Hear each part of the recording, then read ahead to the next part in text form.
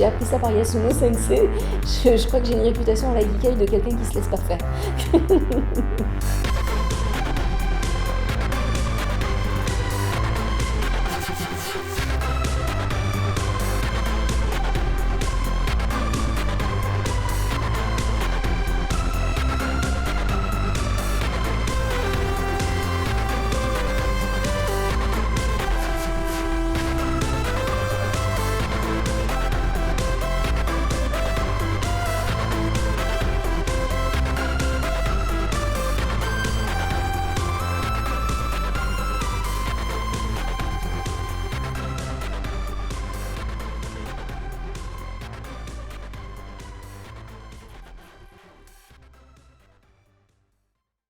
Donc j'ai commencé l'aïkido à l'âge de 15 ans et demi à l'Aikikai de Tokyo.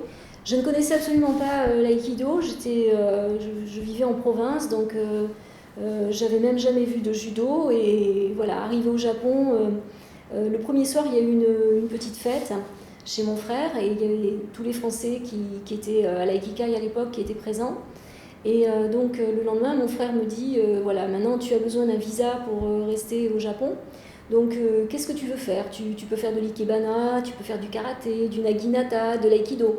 Moi, tous ces mots-là, pour moi, c'était du charabia, je ne savais même pas ce que c'était. Et donc, je lui dis, mais les gens qui sont venus là hier à ta fête, ils font quoi? Il me dit, bah, ils font de l'aïkido. Je lui dis, bon, bah, il me dit, bah, tu verras bien. Et donc, le lendemain, je me suis retrouvée sur le tatami, et donc Christian Tissier, que je ne connaissais pas, dont j'avais fait la connaissance la veille, m'a fait faire mon premier cours. Parce que c'était lui qui devait s'occuper des étrangers à l'Aikikai.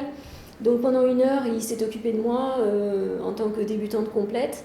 Et ensuite, j'ai été au cours débutant, bien sûr, du premier étage de l'Aikikai pendant 2 mois. J'ai fait mes 2 mois de débutante. Et seulement après, je suis montée voilà, avec tout le monde dans le deuxième étage de l'Aikikai. Et j'ai continué à pratiquer donc tous les jours, puisque j'étais obligée. Et puis, bon, c'était un petit peu difficile parce que forcément on comprend rien au début. Et puis, comme je le redis, moi j'avais jamais rien vu. J'étais très sportive, mais je connaissais rien du tout dans les arts martiaux. Et c'est vrai qu'à l'époque, les cours qui me convenaient mieux, c'était les cours de Masuda Sensei parce que ils étaient assez simples, les techniques qu'il présentait étaient assez simples. Et puis en plus, c'était un personnage que je trouvais très, très sympathique. Moi, je pense que dans mon aïkido actuel, j'ai été inspirée par ces gens avec qui j'ai débuté, qui étaient des gens souriants. Et Masuda Sensei était quelqu'un qui était tout le temps très souriant, il accueillait les gens avec le sourire, il était très chaleureux. Et moi, voilà, c'est ce qui m'a plu chez lui. Et c'est ce qui m'a plu ensuite chez Yamaguchi Sensei, qui était très chaleureux aussi et qui souriait tout le temps. Et c'est vrai qu'à l'époque, j'ai évincé un peu les sensei, sans le faire exprès, les sensei qui étaient un peu trop stricts, un peu trop... que j'ai apprécié par la suite. Hein. Mais à l'époque, voilà, j'avais besoin d'un petit peu quelque chose qui me donne envie d'y aller. Et ces gens-là m'ont donné envie de faire de l'aïkido.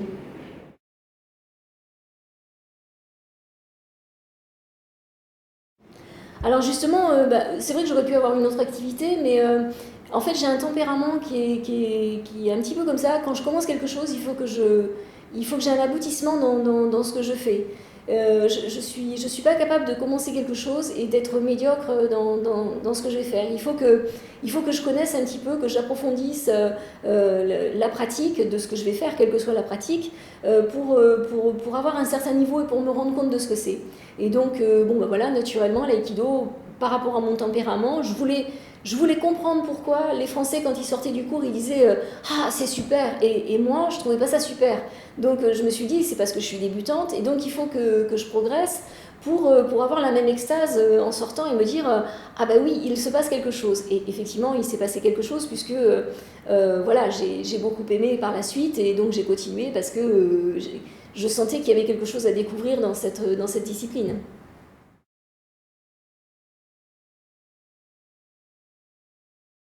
Alors ma vie de tous les jours, elle était très simple, c'est que comme j'ai repris un cycle d'études en rentrant en France, mais là-bas forcément je n'allais pas à l'école, et donc j'allais dans une école japonaise, et je faisais du japonais tous les jours.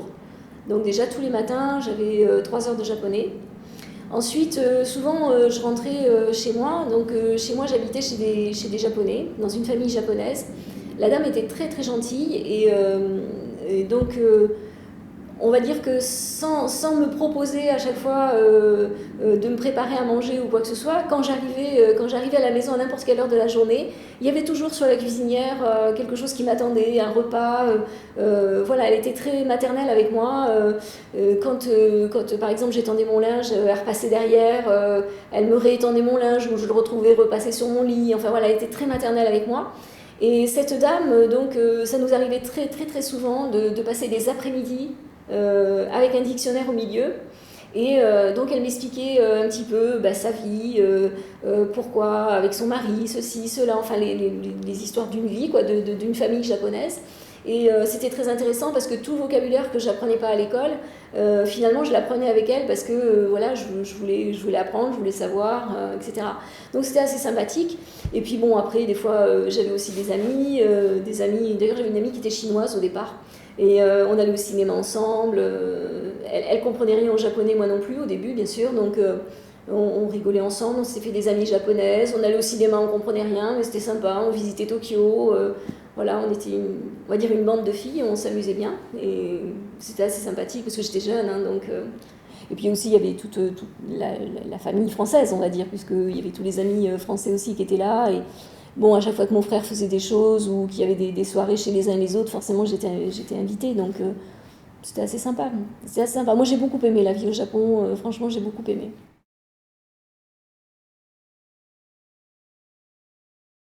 Je dois reconnaître que bon, c'était pas facile au début, c'était pas facile tous les jours. Hein. J'ai eu un gros changement avec la France et puis d'être coupée comme ça d'un seul coup avec ma famille et tout, c'était quand même pas évident tous les jours. À l'époque, il y avait pratiquement pas d'étrangers, des blondes aux yeux bleus. Moi j'avais les cheveux très longs à l'époque. Des blondes aux yeux bleus, il n'y en avait pas, il y en avait que sur les magazines ou à la télévision, donc c'était un petit peu particulier, quoi. Déjà, j'arrivais dans un pays que je connaissais pas, j'étais jeune. À tous les coins de rue, on voulait me toucher les cheveux parce que c'était pour eux c'était quelque chose de bizarre. On me proposait de me coiffer gratuitement, on me proposait de faire des photos, de faire. D'ailleurs, j'aurais pu tomber dans un extrême pas très bien, quoi, je veux dire, parce qu'il y avait toutes sortes de propositions. Et donc voilà, non, je pense que j'étais quelqu'un d'assez droit, je savais ce que je voulais, ce que je voulais pas. Et bon, mais c'était assez surprenant. Quand je me promenais dans la rue, j'arrivais au coin d'une rue, il y avait les enfants qui criaient Gaijin, Gaijin, Gaijin. Bon, c'était un peu particulier, quoi. Alors j'ai eu un petit peu de mal à m'y faire parce qu'au début, je me disais, mais pourquoi ils font ça? Je comprenais pas. Et puis ce qui était assez surprenant aussi, c'est que tous les soirs, quand je rentrais chez moi, quand par exemple on sortait, qu'on arrivait tard, bon, mon frère m'avait dit non, mais ici, tu sais, tu risques rien, il n'y a pas d'agression, il n'y a pas ci, il n'y a pas là. Mais quand même, tous les soirs, il y avait quelqu'un qui me raccompagnait chez moi. C'est-à-dire que dans le train, il y avait quelqu'un qui voulait parler avec moi en anglais, gentiment, et cette personne me ramenait jusque chez moi. Alors au début, j'étais inquiète, je me disais, mais qu'est-ce qu'il me veut? Pourquoi il me suit? Pourquoi il vient là? Puis après, bon, c'est un peu devenu une habitude, je me suis aperçue qu'en fait, c'était très gentil de leur part, ils voulaient juste discuter. Donc voilà, ils me ramenaient à la maison, c'était un peu particulier.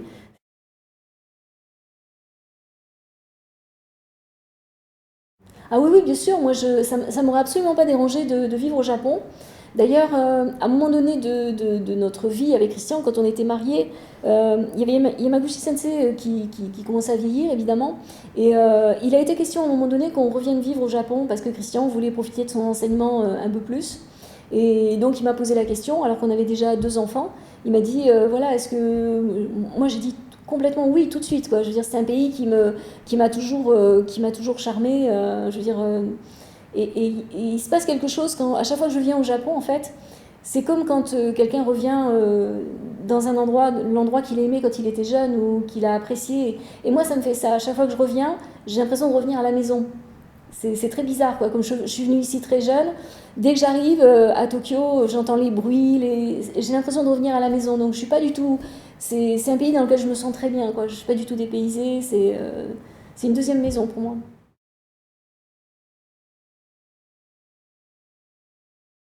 Je pense pas que ça ait eu une influence, mais c'est l'aïkido qui a eu une influence surtout. C'est un tout, quoi. Je veux dire, le Japon, l'aïkido, c'est surtout, je pense, la pratique de l'aïkido qui a une influence sur ma vie. Ça forge quand même un caractère, quoi. Même si ce caractère, bon, à la base, on l'a, je veux dire, plus ou moins, on a chacun bien sûr notre caractère. Moi, avant de venir au Japon, j'avais fait beaucoup d'athlétisme, j'étais très sportive. Donc le sport de haut niveau, je connaissais déjà, puisque j'avais été dans le lycée de Font-Romeu, le lycée des sportifs, des espoirs sportifs. Et du coup, je savais ce que c'est qu'un entraînement dur. Ce qui fait que l'entraînement était très dur, je trouve, à l'Aikikai. Quand j'ai commencé, c'était très dur. Mais quelque part, je l'ai supporté aussi parce que j'avais déjà eu ce style d'entraînement qui était totalement différent, mais qui était dur pour le corps, quoi, qui était... parce que bon, c'est vrai que quand on débute à l'Aikikai, ils ne se rendent pas compte, enfin, je te l'ai déjà dit dans une autre interview, mais voilà, on marche à genoux pendant 1 heure, tant qu'on ne sait pas marcher à genoux, on marche à genoux. Mais pour un Européen, c'est super dur de marcher à genoux comme ça. Moi, je vois avec mes élèves, quand je les fais marcher à genoux 10 minutes, ils ont mal au-dessus des pieds, ils ont mal aux genoux, ils ont mal partout. Après, il faut que le mental, il prenne le dessus, quoi. Il faut se dire, voilà, je le fais, si je le fais pas, bah, j'ai plus de visa, ou si je le fais pas... mais voilà, après, faut avoir le caractère pour se dire, oui, je le fais quand même parce que je veux apprendre, ou parce que... Voilà, donc évidemment, ça forge le caractère, c'est évident, quoi. Mais c'est pas spécialement le Japon, c'est tout, quoi, c'est un tout.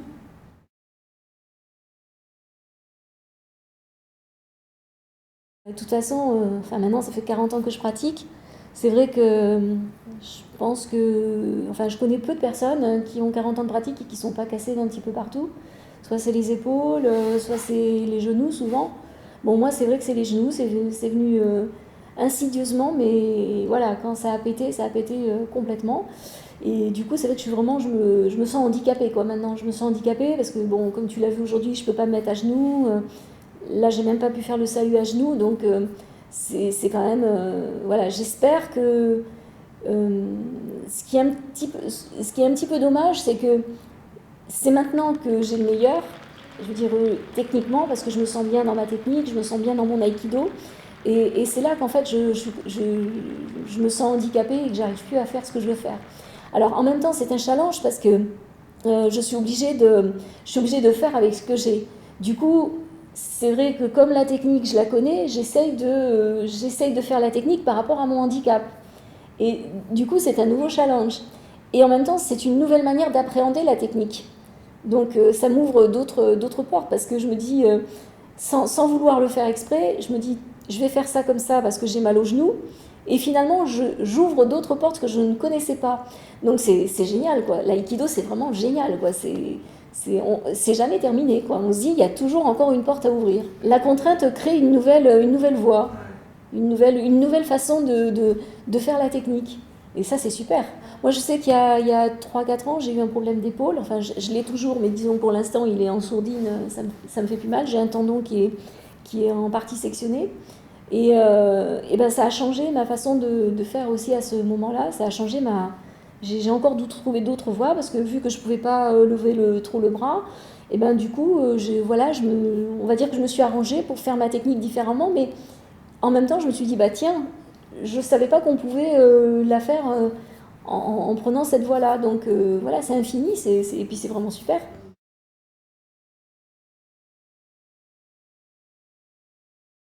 Ah ben c'est sûr que si je devais refaire mon parcours, je pense que je ferais autant d'aïkido, mais je ferais pas tout ce que j'ai fait à côté, quoi. C'est-à-dire que j'en ferais moins à côté. C'est-à-dire que tous les matins je me levais, j'avais besoin de faire du sport. Donc voilà, le footing ça m'allait bien, j'allais faire un footing, je revenais, etc. Mais c'est sûr que si c'était à refaire, le footing, hop, j'effacerais parce que bon, je me suis bien abîmé les genoux avec. Après, j'ai fait aussi beaucoup de danse dans ma vie. Donc la danse, c'est pareil. Il y a beaucoup de pivots, il y a beaucoup de sauts. Donc peut-être que je le ferais effectivement différemment si c'était à refaire. Les sauts, j'éviterais certaines choses, quoi. Voilà. Mais après, il y a d'autres choses qui m'ont apporté énormément dans mon aïkido. La pratique du karaté, par exemple, 12 ans de karaté, c'est des choses que j'efface pas parce que je pense que ce qui peut aussi me démarquer en aïkido, c'est aussi le fait que j'ai fait du karaté et que bah, peut-être mon aïkido va être plus incisif que quelqu'un qui n'en a pas fait parce que euh, quand je vois des ouvertures, j'ai aussi les ouvertures de coups de pied, de coups de poing que j'ai appris aussi en karaté, donc c'est super important. Donc ça, par contre, je ne l'effacerai pas. Mais effectivement, il y a des choses voilà, si c'était à refaire, il y a des choses que j'éviterais.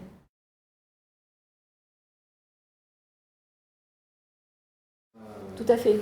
C'est-à-dire que les jeunes, bon, bien sûr, je les incite, ceux qui veulent devenir professionnels ou au moins déjà professeurs d'aïkido. Je les stoppe un petit peu, notamment pour ce qui est du travail à genoux. Je fais en sorte qu'ils s'économisent un petit peu à ce niveau-là. Et puis surtout, je leur dis de ne pas chuter pour rien. Parce que, en fait, c'est vrai, quand on est jeune, la chute claquée, c'est quelque chose de magique. Donc du coup, on en fait des fois pour rien, quoi. Hop, quelqu'un nous projette, boum, on fait une chute claquée. Et donc, c'est vrai que je leur dis sans arrêt, je leur dis, attendez, ne chutez pas, ne faites pas une chute claquée si vous n'êtes pas obligé de la faire. Faites une chute normale, une petite chute enroulée. Je dis parce que vous allez le regretter dans 10 ans, dans 20 ans, vous allez le regretter. Donc, calmez-vous, ne chutez pas. Vous n'êtes pas obligé de chuter là, ne chutez pas. Voilà. Par contre, si quelqu'un vous balance, oui, allez-y, gardez ça pour quand ça va plus fort. Oui, c'est sûr que je leur donne, j'essaye de leur donner des conseils dans le bon sens. Après, est-ce qu'ils les suivent, j'en sais rien, pas toujours.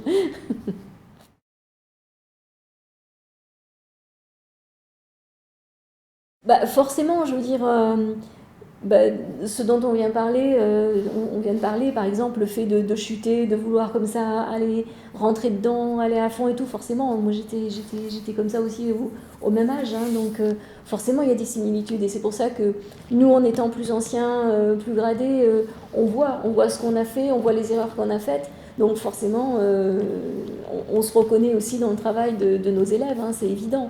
C'est évident, on passe un petit peu tous par les mêmes étapes, quoi. C'est assez rigolo d'ailleurs, hein.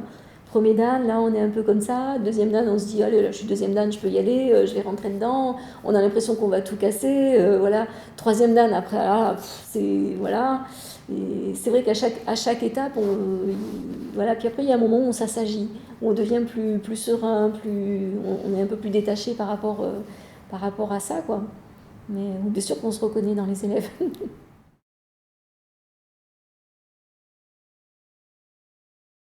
En fait, Christian ne me l'a pas proposé tout de suite. C'était assez drôle d'ailleurs. Alors je ne sais pas pourquoi, parce que je pense peut-être parce que j'étais sa femme et qu'il n'y pensait pas, tout simplement. C'est pas parce qu'il ne voulait pas, je pense qu'il n'y pensait pas.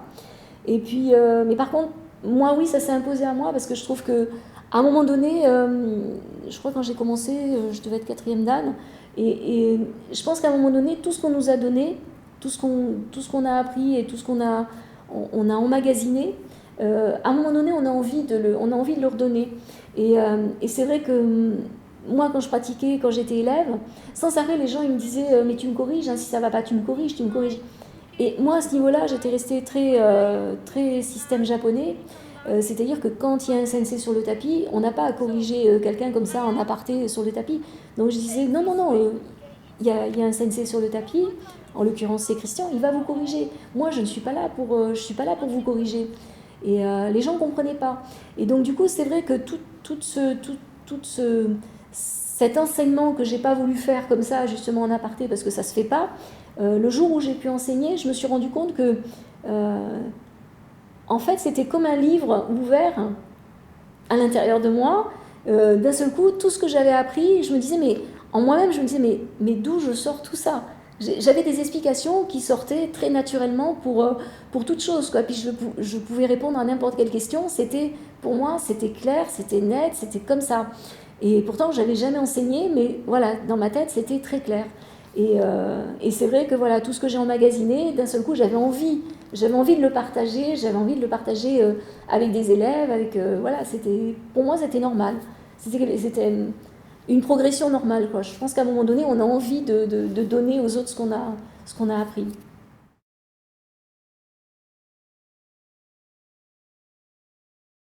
Bah oui, c'est évident. Enfin, tout le monde sait bien que souvent, enfin, au Japon, ils montrent la technique, mais ils ne l'expliquent pas du tout. Donc, c'est vrai que sans parler non plus pendant 40 minutes dans un cours, on explique la technique comme je l'ai fait aujourd'hui dans le cours, quoi. Quand je vois que les gens ils suivent pas, bon, et encore aujourd'hui je me suis un peu retenue parce que c'est un peu spécial, mais dans un cours normal, j'explique quelque chose, si les gens n'arrivent pas à le faire, je leur donne les clés pour le faire.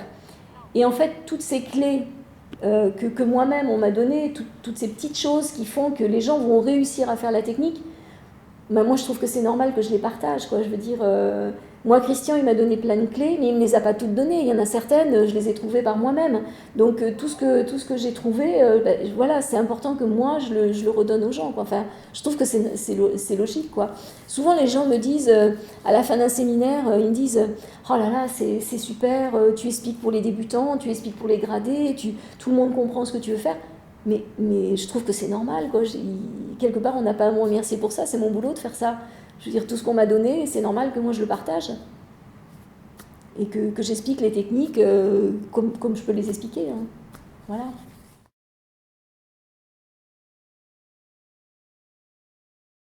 Ben oui, bien sûr. Moi je trouve que c'est une grosse responsabilité d'enseigner.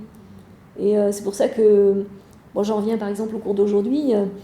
Comme je te disais, il y a 4 ans, quand j'ai fait le premier cours au congrès, Christian était présent. C'était la première fois de ma vie que j'enseignais devant Christian.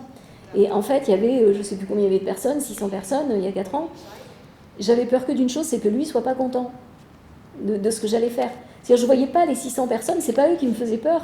C'est le fait que mon sensei soit là et qui me regardent et qui me disent après, c'est bien, c'est pas bien. Là, j'avais un petit peu peur, quoi. Je me disais, et en plus, il y avait Christian Tissier qui était d'un côté et il y avait Osawa Sensei qui était à l'autre bout de la salle. Et ils étaient tous les deux plantés comme ça. Et là, je me suis dit, ouf, j'avais une pression, mais uniquement parce qu'il y avait 2 personnages dans la salle, pas parce qu'il y en avait 600 à côté de moi. C'est incroyable, quoi.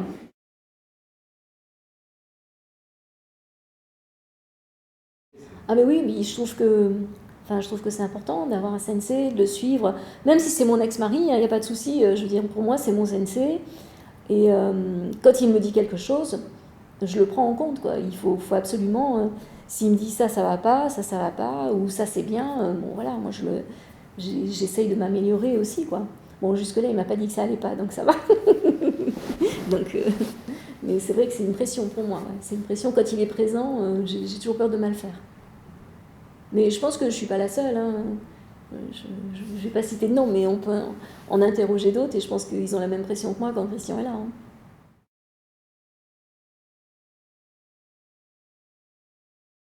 Tout à fait. Ah oui, oui, aujourd'hui par exemple, j'ai fait un cours que je ferai, que j'ai déjà fait dans d'autres séminaires. Oui, oui, parce que c'est ma façon. Une fois, une fois que je suis sur le tapis, bon, j'ai un peu la pression parce qu'il est là avant de rentrer sur le tapis. Mais une fois que je suis sur le tapis, je suis chez moi en fait. C'est mon élément, c'est ma vie. Donc mon enseignement reprend le dessus par rapport à tout ce qu'il y a autour. Et du coup, je suis tellement bien dans ce que je fais que j'arrive à en oublier, tout ce qui se passe autour, quoi. Et il n'y a plus que ce que je suis en train de faire qui m'importe et j'essaye de le faire du mieux que je peux.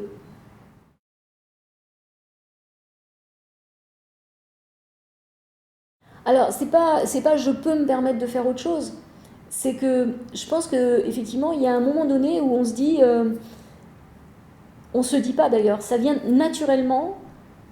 On trouve, je ne sais pas comment appeler ça, une autre combinaison pour faire la technique. Donc moi j'appelle ça des applications.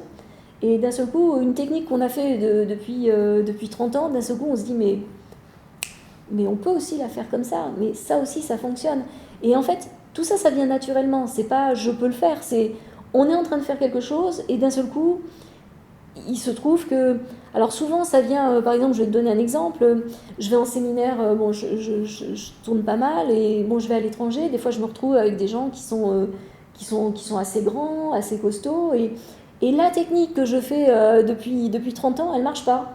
Elle marche pas parce qu'ils sont trop grands, ils sont trop costauds, et là, d'un seul coup, il y a quelque chose d'autre qui va sortir. Parce que j'arrive pas à faire ma technique comme d'habitude, je vais prendre une autre route, et d'un seul coup, il va y avoir une application qui va naître finalement par rapport à ça. Et ça, c'est super intéressant parce que justement, l'échange qu'il y a dans chaque séminaire où il n'y a pas les mêmes gens, où il n'y a pas les mêmes personnes, et à chaque fois, on est confronté, et c'est là qu'en fait, notre technique, c'est là qu'on voit si elle fonctionne ou pas, quoi. Si au moment de faire ma technique, j'essaye de la faire, elle ne marche pas du tout, et que j'ai pas, entre guillemets, une roue de secours, bah, ça veut dire que ma technique, elle n'est pas bonne, quoi. Je veux dire que j'ai pas compris ce que je suis en train de faire. Par contre, si on sait que cette technique, elle n'est pas immuable, il y a toujours un chemin pour passer ailleurs, et ben, la technique, elle va fonctionner quand même parce qu'on va dévier et il va y avoir une application qui va naître. Et là, d'un seul coup, on se dit, mais ça fait tant d'années que je fais cette technique, mais j'avais jamais soupçonné que je pouvais la faire aussi comme ça. Et voilà, ça c'est magique. Ça c'est le côté magique de l'aïkido.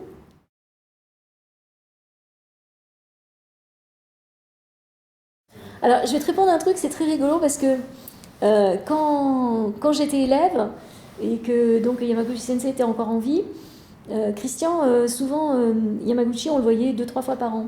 Et souvent, Christian était content parce qu'il se rendait compte que même s'il ne le voyait pas tous les jours, il suivait son cheminement dans les formes des techniques, etc. Et bien, c'est un peu pareil pour moi. C'est-à-dire que même si je ne travaille pas avec Christian, je me rends compte que je suis toujours dans la forme de...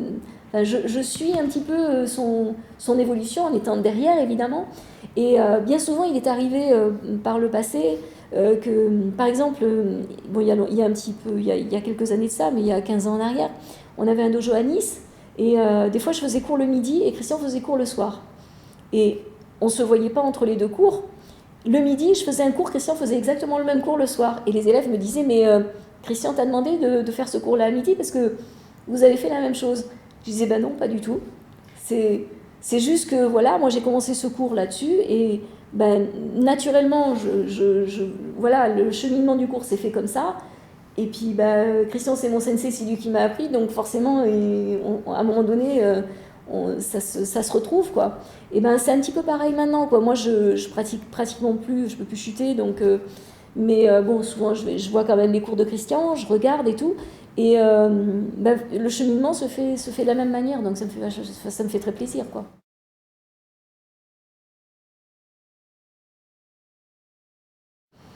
Influencé, non, parce que c'est vrai que j'ai suivi principalement Christian. C'est pas que je veuille pas. Après, j'ai vu bien sûr plein d'autres sensei. Hein. Je veux dire, tous les sensei qui viennent en France, j'ai suivi leurs cours et tout, mais je peux pas dire que j'étais influencée par eux parce que je les vois que ponctuellement. Donc, évidemment, il y a plein de sensei que j'apprécie, mais c'est pas eux qui m'influencent, quoi. Celui qui m'influence, c'est Christian, quoi, forcément.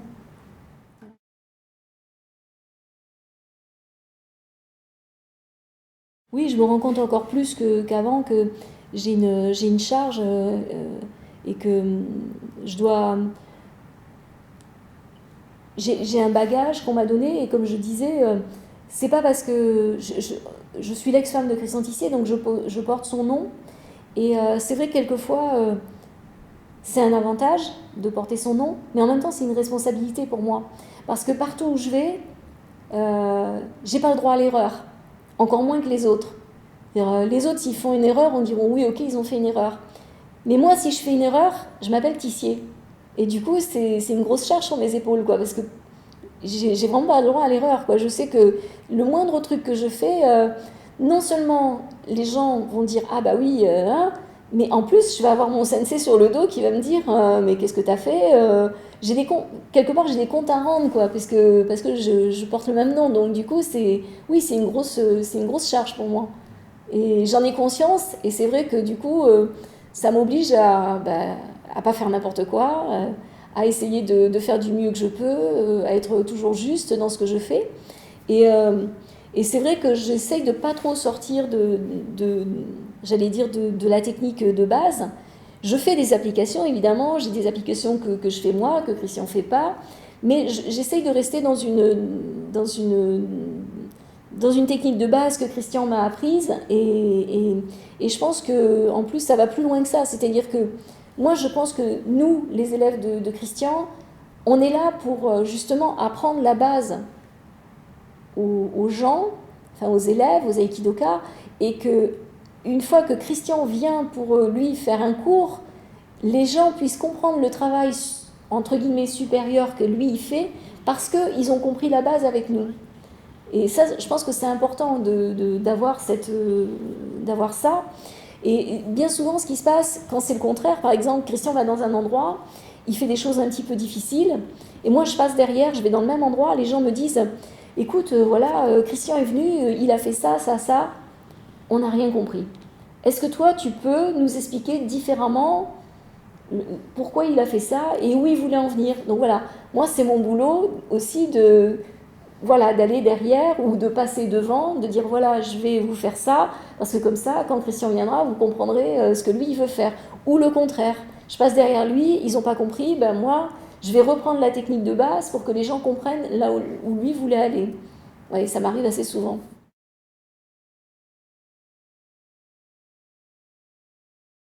Alors, déjà, j'ai jamais été tentée, mais en plus, je pense que ça changerait rien. Parce que pour les gens, je suis soit Micheline Vaillant-Tissier, soit Micheline Tissier, soit Micheline Vaillant, mais ça change rien. Je pense que dans la tête des gens, je suis l'ex-femme de Christian Tissier et je représente quand même la technique Tissier. Donc, même si je voulais le faire, je pense que ça changerait rien au problème. J'aurais la même charge sur les épaules et enfin moi, psychologiquement, je me dirais de toute façon, il faut que je fasse bien parce que je représente quand même l'école de Christian Tissier, même si c'est pas, c'est quand même l'école de Christian Tissier, donc ça changerait rien au problème.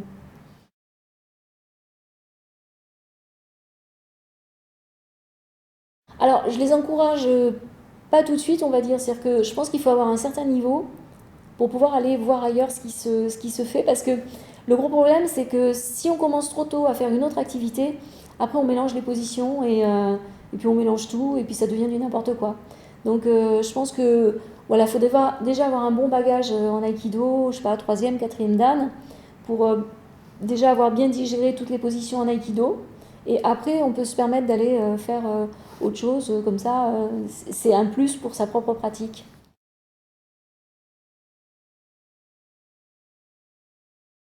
Tout à fait, oui, oui, tout à fait, c'est tout à fait ça. C'est pour ça que enfin, moi, quand je conseille pas ça à mes élèves, quoi. Après, il y en a qui le font quand même, hein, il y en a qui font du karaté en parallèle, mais je le conseille pas. On peut pas être bon dans tout, quoi. Donc, ça peut être un... Moi, si je fais, enfin, si je conseille à quelqu'un de faire autre chose, c'est pour avoir un plus dans sa propre activité, pas pour faire deux activités en parallèle. On peut pas, c'est difficile de faire deux activités en parallèle parce que euh, si on veut devenir entre guillemets bon, il faut quand même faire un certain nombre d'heures par semaine. Et donc, il n'y a pas assez d'heures pour faire deux activités. Donc, je ne conseille pas de faire en parallèle. Par contre, le faire une fois qu'on a un bagage, dire voilà, je vais faire ça ou ça ou ça pour. À la limite, on n'a pas assez d'une vie pour faire tout ce qu'on devrait faire pour être bon dans sa propre activité. Il faudrait faire un peu de judo, un petit peu de jiu-jitsu, un petit peu de boxe pour avoir toutes les ouvertures et pouvoir être excellé dans sa propre activité, quoi.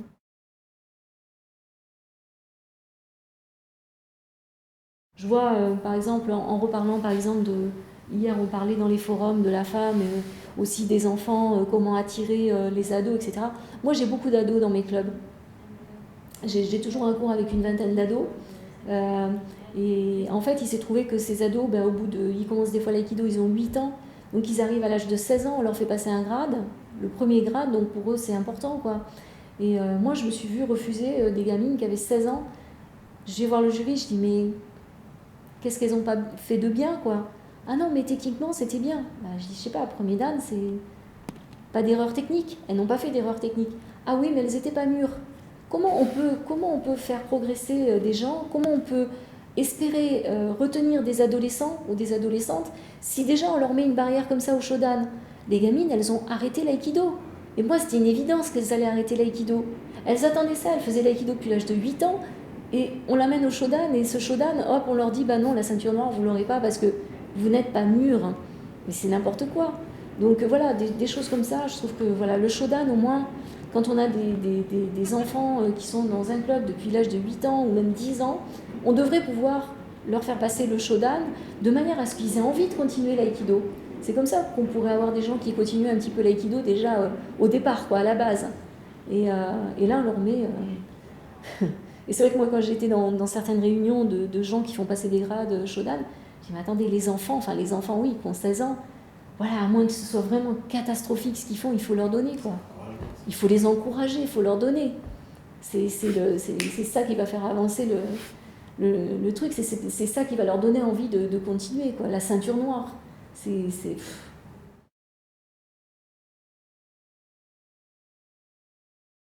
On me dit souvent dans mes stages que c'est bien, il y en a pour tout le monde, il y en a pour les débutants. Moi, les débutants viennent me voir, me disent c'est super, pour une fois on fait un stage, on a compris tout ce que tu voulais faire, tu mets différents étages dans ta façon d'enseigner. Et bah, je pense qu'il faut faire pareil dans les cours, quoi. Moi, enfin, comme beaucoup de personnes, dans mon club, j'ai 2 cours par semaine, 2 soirs par semaine, 2 fois 2 heures. Je ne peux pas me permettre d'avoir un cours débutant, un cours gradé, un cours un cours, c'est pas possible, quoi. Tout le monde est ensemble. Donc forcément, dans mon enseignement, je dis, bah voilà, je mets plusieurs niveaux dans mon enseignement. Donc quand je montre la technique, je dis, voilà, les débutants, un peu comme je l'ai fait aujourd'hui sur une technique à un moment donné. Voilà, les débutants, il faut comprendre qu'on passe d'abord par là, pour arriver là. Donc je fais tout ça sur plusieurs niveaux et après je dis, allez-y, chacun à son niveau, faites ce que vous avez compris. Et du coup, les gens sont super contents parce que tout le monde comprend quelque chose, tout le monde prend quelque chose. Et je fais la même chose dans mes cours, je suis obligée. Hein. J'ai cours tout grade, donc ça va du débutant qui arrive, qui est complètement, voilà, qui a 2 semaines d'aïkido, à celui qui a 20 ans. Moi, tout est mélangé chez moi. J'ai pas trop le choix.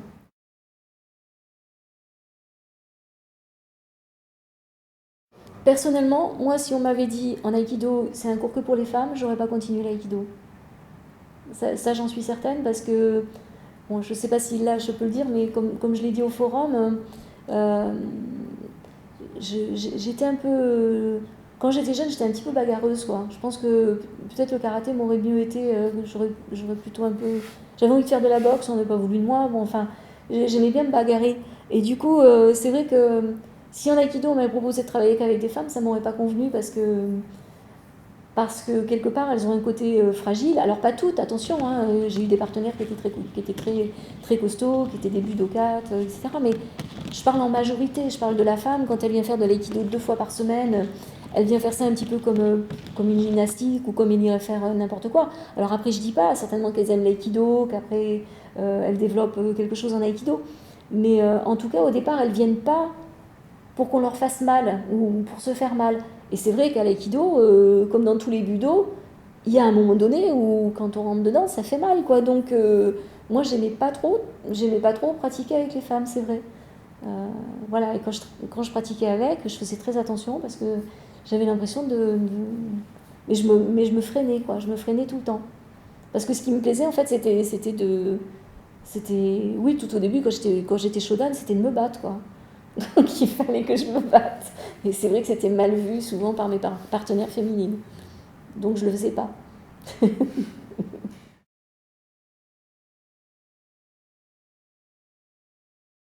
Oui, oui, tout à fait. Mais de toute façon, il y en a qui sont tout à fait d'accord avec moi. Hein. Je veux dire, Yoko est d'accord avec moi, Janet est d'accord avec moi. Donc il y a quand même des Uradé féminines qui sont tout à fait d'accord avec ce que j'ai dit, quoi. Donc je pense que de toute façon, quand on a travaillé à un haut niveau et que on est obligé de se battre pour arriver là où on est passé par là de toute façon. Hein, et on nous a pas fait de cadeau. Hein.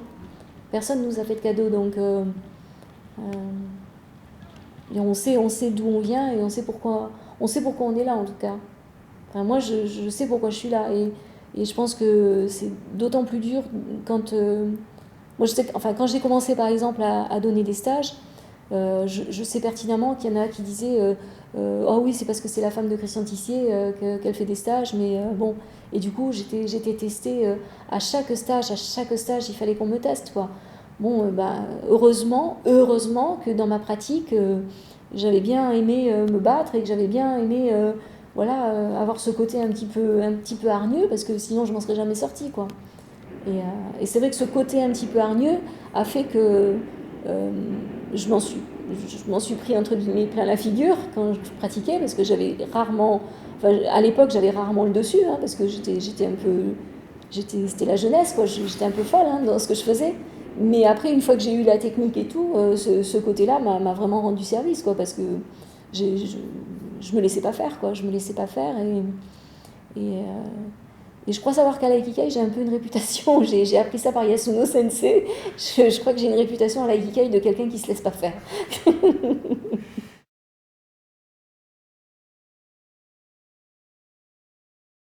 Ben, c'est un petit peu là qu'on voit la différence entre des grades honorifiques et des grades techniques. Quoi. Je crois que c'est la grosse différence qu'il y a au Japon et qu'il n'y a pas dans nos pays finalement. Parce que les gens ne font pas la différence dans nos pays entre les grades honorifiques et les grades techniques. Au Japon, il y a une très grosse différence. Celui qui a un grade technique, il sait très bien pourquoi il l'a, et celui qui a un grade honorifique, il sait très bien pourquoi il l'a aussi. Il prétendra jamais être prof, lui. Il prétendra jamais être prof. Voilà, et ça, c'est un gros problème chez nous, c'est vrai. De toute façon, on dit jamais en France un grade honorifique ou un grade technique, ça n'existe pas. On dit c'est un grade, quoi, c'est tout. Donc déjà, à partir de là, on ne peut pas faire la différence puisque personne n'en parle.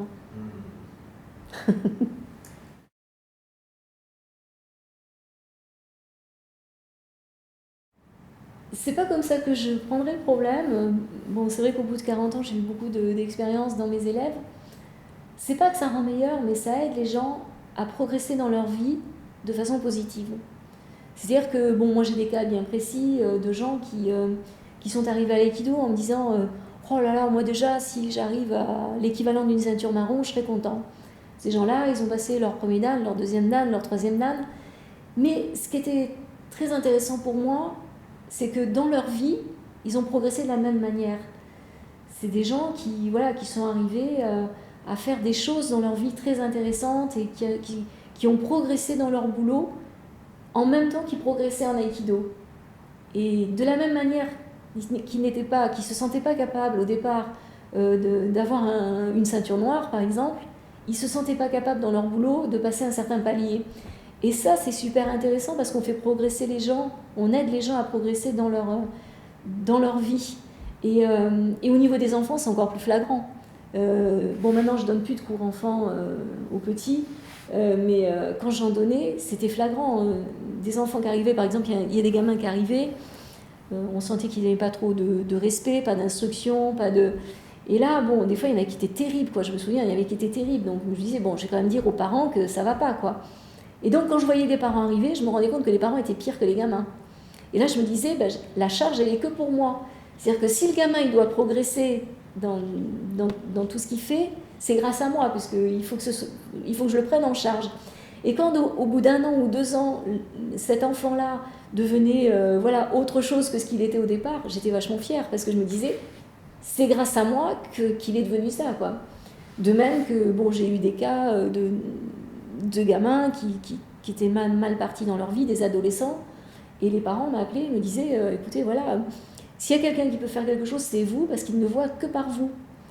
Et du coup, c'est grâce à mes conseils, grâce à la direction que je leur conseillais de prendre. Alors en général, quand on me passait les coups de fil comme ça, j'essayais de m'occuper beaucoup plus de ces gamins-là, de les emmener plus avec moi, etc. Et du coup, ils arrivaient à prendre des directions complètement différentes grâce à l'aïkido. Et ça, pour un prof d'aïkido, c'est